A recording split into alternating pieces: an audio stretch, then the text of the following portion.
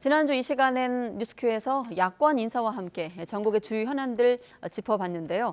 오늘은 국민의힘 중진 의원이자 또 국회 외통위원인 윤상현 의원과 함께 이야기 나눠보겠습니다. 네, 윤상현 의원님 나와 계십니까? 예, 나와 있습니다. 네. 윤상현 의원입니다. 네, 저희가 취재기자가 중계로 보도를 하고 있습니다만 지금 국회에서 외통위 전체 회의가 열리고 있는 걸로 알고 있거든요. 잠시 나오신 거죠? 예, 지금 하고 있습니다. 네. 잠깐 나왔습니다. 아무래도 한일 정상회담 관련해서 여야 간 좀 공방이 예상되고 있는데 분위기 좀 전해주시죠. 먼저. 일단 어제 우리 윤석열 대통령과 기시다 후미오 총리하고의 정상회담이 있지 않았습니까? 네. 그거에 대해서 오염수 처리, 이 방류에 대해서 민주당은 반대를 했어야 된다. 이런 입장이고 우리는 국민의힘은 문재인 정부의 그 기준 따라서 우리는 하고 있다. 이런 식으로 여러 가지 의견 교환이 있었습니다. 아, 그렇군요. 지금 민주당 입장도 말씀해 주셨는데 민주당 같은 경우는 대통령이 일본의 오염수 해양 투기를 사실상 용인한 것이다 이런 반응도 있고 또 정의당 같은 경우는 좀 더 나아가서 굴욕적이다 이런 표현도 나오고 있거든요. 오염수를 우리가 용인을 했다라는 게 아니라 우리 윤석열 정부가 이 오염수 처리에 대해서 동의하는 것도 아니고 지지하는 것도 아니고 두둔하는 것도 아닙니다. 네. 우리는 지난 문재인 정부 때 2021년 4월 달인가요? 당시 정의용 외교부 장관이 국회 대정부 질문에서 한 그 기조, 소위 말해서 후쿠시마 오염수 처리가 IAEA 국제원자력 기구의 접합석 절차에 맞는다면 굳이 반대하지 않는다라는 입장입니다. 우리가 적극 나서서 찬동하고 용인하는 거 아닙니다. 우리가 국제관계가 있기 때문에 방류 결정이라는 것은 다 국가의 자주적인 결정이고 그거에 네. 대해서 이웃 나라로서 어떤 과학적 객관적 검증이 있고 또 국제법과 국제 기준에 따라 처리한다면 우리가 굳이 반대하지 못한다는 겁니다. 이게 문재인 정부의 기조가 있지 않습니까? 그 기조의 바탕 위에 우리는 훨씬 더 과학적으로 객관적으로 촘촘하게 챙기고 있다는 말씀을 드립니다. 네, 지금 말씀하신 대로 용인하거나 지지하거나 두둔하는 게 아니라면 여전히 국내에서 이제 그건 오염수에 아닙니다. 대한 반대 여론이 있기 때문에 최소한 해양 투기 보류에 대한 어떤 언급 정도는 있어야 되는 게 아닌가라는 게 이제 비판적인 시각이거든요. 우리 대통령께서 국민 안전과 건강을 최우선으로 말씀하지 않았습니까? 네. 그래서 그런 기조 위에서 말씀을 하고 있습니다. 이 보류 얘기하는데 네. 문재인 정부 때도 또 보류라는 얘기 하나도 없었습니다. 정의용 그 외교부 장관이 IAEA 기준, 국제 원자력 기준에 맞는 적합성 절차를 따른다면 굳이 반대하지 않는다라는 입장이었고요. 한국의 전문가들이 참여하고 과학적 근거에 대해서 정보 제공을 하고 그리고 사전 협의를 한다면 더더욱이 좋다는 입장이었거든. 우리도 똑같은 그런 입장을 가지고 있습니다. 그 입장이 기조에 있다라는 말씀을 드립니다. 네. 오히려 말씀하시죠. 문재인 정부 때 한번 말씀드리면 2021년 9월 달 문재인 정부 때예요. IAEA 국제 원자력 기구의 의장국을 했습니다. 1년 동안. 그때 이런 문제를 좀 더 촘촘하게 챙겼어야죠. 지금 와서 계속해서 안전성 얘기하는데 솔직히 저도 일본 정부 입장 동의를 안 합니다. 지지하지 않습니다. 그러나 네. 제가 오늘 외통위에서 팩트 체크용으로 말씀을 드린 게 뭐냐면은 후쿠시마 오염수가 앞으로 30년 동안에 133만 톤이 방류가 될 예정인데 2011년 3월 달에 후쿠시마 원전 사고가 있지 않았습니까? 그 당시에 후쿠시마 앞바다에 있었던 그 바다의 이 핵종 농도가 지금 후쿠시마 오염수에서 방류하려고 하는 그 탱크에 있는 핵종 농도보다 훨씬 더 진하고 강하다는 겁니다. 네. 그런데 그것을 일본이 그 당시에 속수무책으로 매일 300톤씩 방류를 했습니다. 2011년도.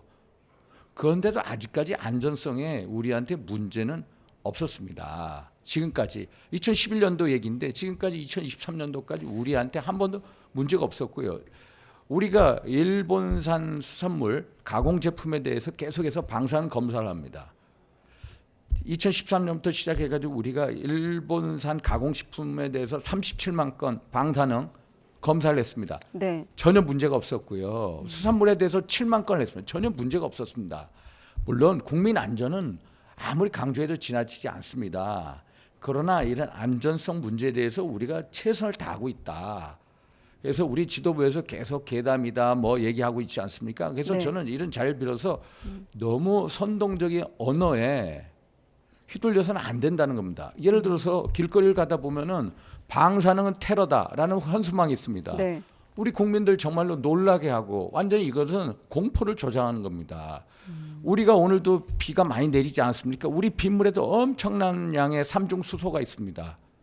삼중수소 그러면 빗물 맞아도 방사능 테러 당하는 겁니다. 그런 식으로 계속해서 선동하고 괴담을 하면은 훨씬 더 국민을 불안하게 한 건다. 정치인이 그런데 선동을 해서는 안 된다. 과학적인 팩트를 정확하게 가르쳐 주는 게 우리 정치인들의 책무라고 봐서 제가 이런 말씀을 드리는 겁니다. 네. 아무튼 대통령이 세 가지 제안을 건넸는데 어떻습니까? 일본에서 이 내용을 그대로 받아들일 거라고 예상하십니까? 대통령께서 네. 일단 세 가지 말씀하셨죠. 네. 예를 들어서 모니터링 정보를 실시간 공유해라. 그래서 점검 과정에 있어서 한국 전문가 참여해라. 그리고 세 번째는 만약에 방사능이 기준치 이상으로 된다면은 중단하고 공유해라. 세 가지 충분히 받아들일 거라고 봅니다. 일단 어제 보도 자료를 보더라도 기시다 후미오 총리가 협조적인 자세를 보였고요. 네. 7월 5일 날인가 국제 원자력 기구에서 후쿠시마에도 사무실 개설했습니다. 라파엘 그로시 그 IAEA 사무총장도 협조적이기 때문에 우리 전문가들이 거기 가서 활동을 할 수 있으리라 보고 있습니다. 그런데 민주당뿐 아니라 여권 안에서도 사실상 오염수 방류에 대해서 찬성하는 입장을 보이고 온 것이다 이런 지적이 있는데 이 부분에 대해서는 어떻게 보십니까? 뭐 예를 들어서 대통령한테 감정적으로 반대하는 분들이 있죠. 대표적으로 유승민 전 의원 같은 경우에 계속해서 불가역적으로 네. 받아들인 거다 이렇게 얘기하는데 그분 같은 경우에는 너무 감정적 반대가 심하고요. 만약에 지도자를 꿈꾸는 분이 만약에 본인이 대통령의 입장이 있었다면 어떻게 하겠나? 저렇게 무턱대고 반대만 할 수 있겠나? 국가 간의 관계가 있고 IAEA 기준에 맞는다면 우리가 따르겠다는 정책 기조가 지난 문재인 정부 때 있었고 지금까지 우리가 그 바탕 위에서 과학적 객관적 검증과 국제법 국제 기준에 따른 처리를 얘기를 해왔는데 네. 본인이 대통령이 됐어도 그런 식으로 할 수밖에 없습니다. 이런 식으로 감정적인 대응은 안 좋다. 이런 말씀을 드립니다. 좀 더 지혜로웠으면 좋겠다라는 말씀을 드리고 싶습니다. 네. 일단 유승민 전 의원이 궁색한 논리로 언제까지 수산물 수입을 금지할 수 있을지 의문이다. 그 궁색한 논리라는 것은 이제 대통령이 직접 IAEA 보고서를 존중한다고 했기 때문에 수산물 수입 요구를 반대할 어떤 명분이 약해질 수 있다. 이런 논리를 말하는 것 같은데. 논리적으로 과학의 영역으로 본다면은 그 말이 맞을 수가 있습니다. 네. 후쿠시마 오염수가 문제가 없다면은 수산물도 문제가 없는 거 아니냐 이런 식의 논리가 맞을 수 있는데 네.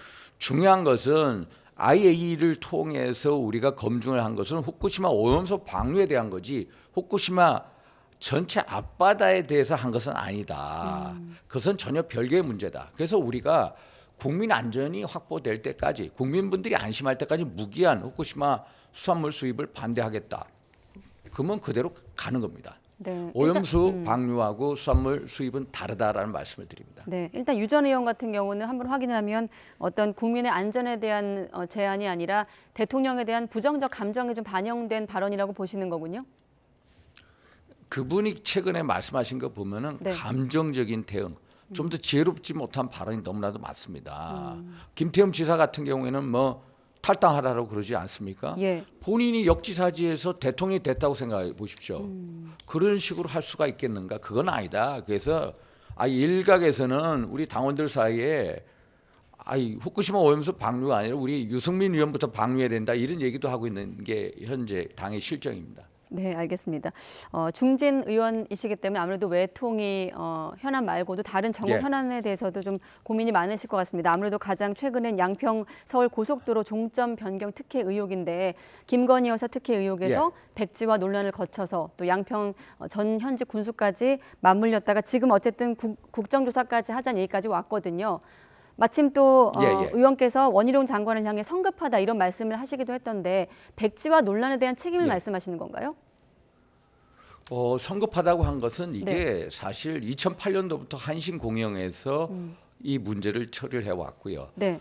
2021년 4월인가 예타가 통과됐습니다. 이것은 국책 사업이고 우리 대통령의 공약 사업입니다.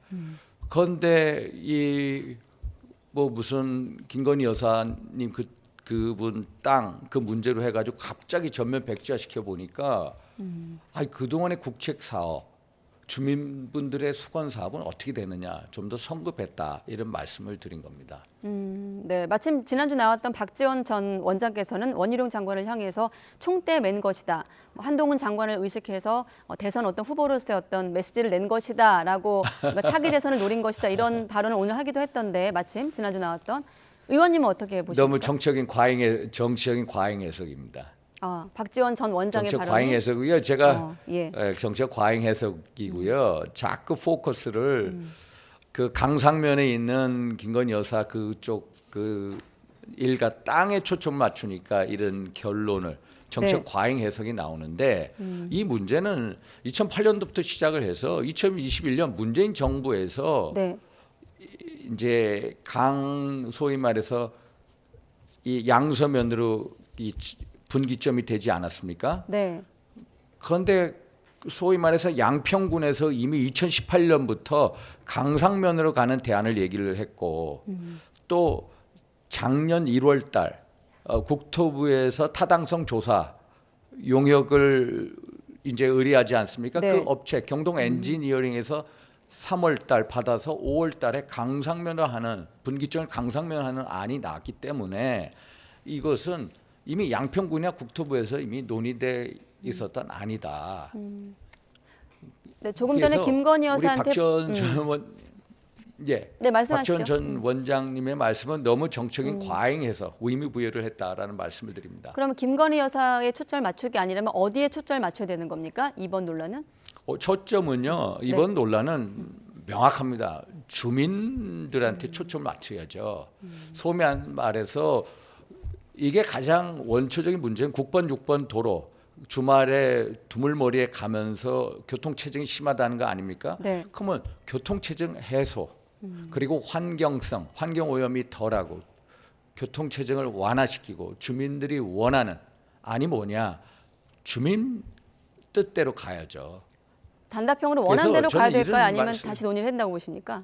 원안으로 갈지 뭐 대안으로 갈지 제3의 안으로 갈지 이거는 제가 말씀 못 드리겠습니다만은 네. 이거 원점에서부터 다시 이 조사를 하자. 예타를 다시 하자. 그래서 제가 말씀드린 주민 편의라든지 경제성이라든지 교통 문제라든지 환경성 다 보고 다시 결정하는 게 좋지 않겠나 이런 생각을 합니다. 네, 알겠습니다. 여기까지 듣겠습니다. 국민의힘 윤상현 의원과 함께했습니다. 의원님 고맙습니다. 고맙습니다. 감사합니다.